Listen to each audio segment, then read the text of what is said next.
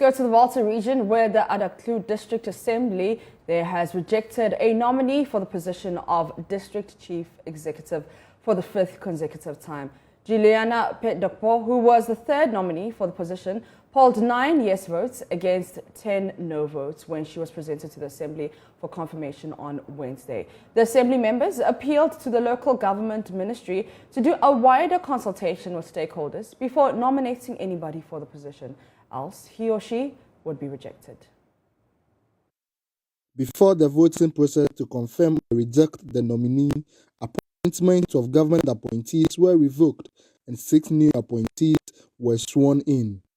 The Volta Regional Minister, Dr. Archibald Lecha, who has been acting as DCE for Adaklu, appealed to Assembly members to confirm the nominee to reduce his workload.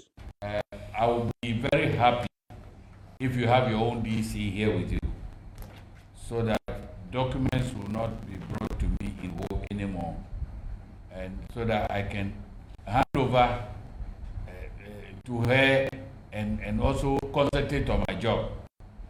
I am appealing because the choice is yours. Nobody can coerce you, but we are only pleading and appealing to you to approve the nominee for us today. So, Presiding Member, I'm very grateful for the opportunity, and I will hand over to you.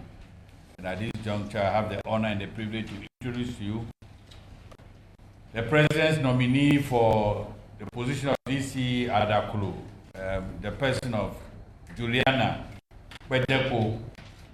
Yeah. So she's here for you to do the needful so that we can go to home. Dr. Lecha's plea, however, fell on deaf ears. 10 of the Assembly members voted against the nominee, while 9 voted in her favor. This is the 5th time the Adaklu District Assembly is rejecting the President's DCE nominee in the 2nd term of the New Patriotic Party. So far, 3 nominees have been rejected. But the Adaklu District Assembly presiding member, Winfred Agbogbo, believes the story might change if a wider consultation is done before the next nominee is selected. It is important for us to cross this bridge. And I believe one of the things we have to do, which will enable us to end the brouhaha about our DC confirmation in the district, is to do broader consultation and consensus building, because it has been a hectic period for us. And we promise sincerely that if this is done, I can assure government that we'll be able to confirm the next person they bring to this house without any difficulty. Nonetheless, the Akachi North District Assembly finally approved a nominee to occupy the DCE position after several attempts. Ofosu Simon Peter, who was the 3rd DCE nominee, polled 13 yes votes against 4 no votes on Wednesday when he was presented to the Assembly. There was a rejected ballot. Fred Kwame Asari, JoyNews, Adaklu, Waya. Let's get further analysis on this from Frederick Ajako Odro, who is a Dean of the Institute of Local Government Studies. Thanks for joining us, and good morning, sir.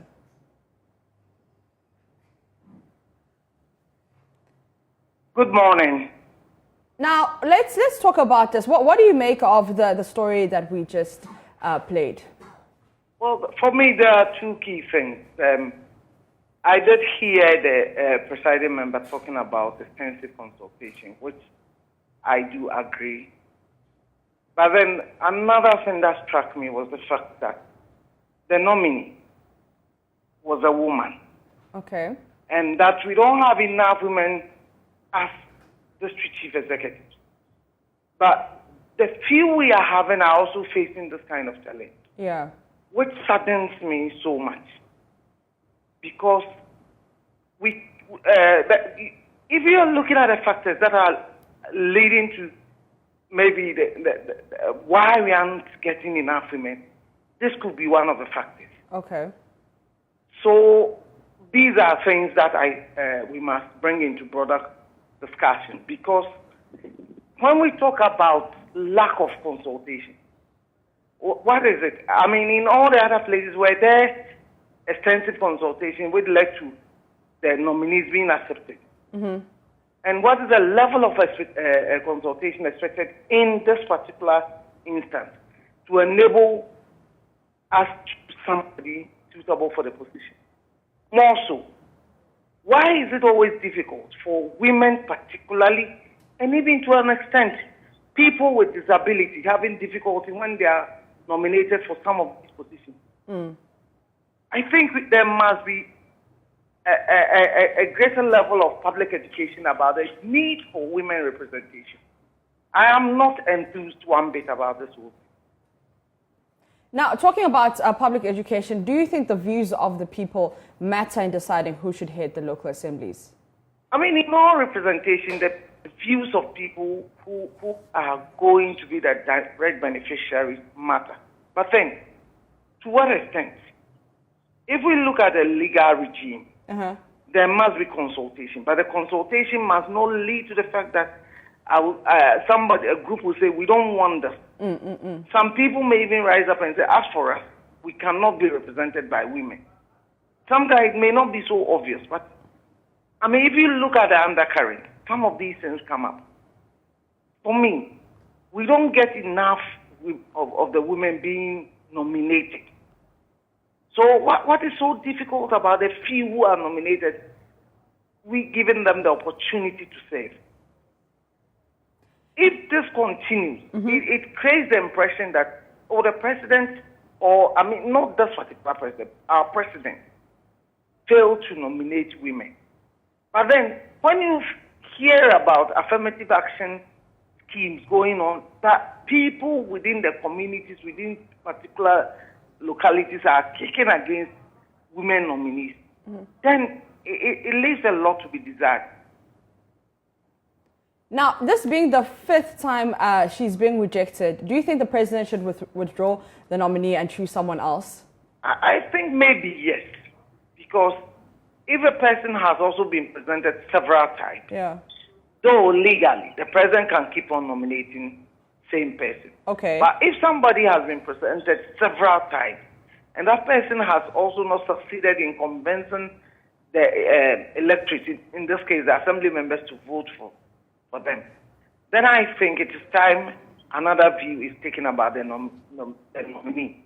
But I'm praying very hard that the president will bring another woman to replace her. Yeah. And I believe within the Adaklu district, there are illustrious women who are very capable of holding that. Yeah. But I would also like to plead with assembly members. So far, they've not been able to come out with any specific accusation as to why they are refusing to vote for their nominee. If we want to talk about consultation, but people will not come out and state categorically, we don't want this person because of ABC, but then we keep on going through the system. I don't think it's going to be good for us. But I believe that we must all rise up and talk about the need to have enough women. The numbers are woeful. So the few we are getting, if we keep rejecting them, I don't think it's fair. All right, this has already happened 5 times. What's the way forward? The way forward, my suggestion would be for a new nomination. Okay. A new person being nominated. And my prayer is for that person to be a woman. If we can do that, and in this case, people should be clear in their mind what they expect of their district chief executive. Yeah. And based on that, the presidency and the ministry, that's the Ministry for Local Government for that matter, in coming up with their choice, must ensure that whoever is selected is fit for the position. But the consideration for selecting the person must never be based on gender.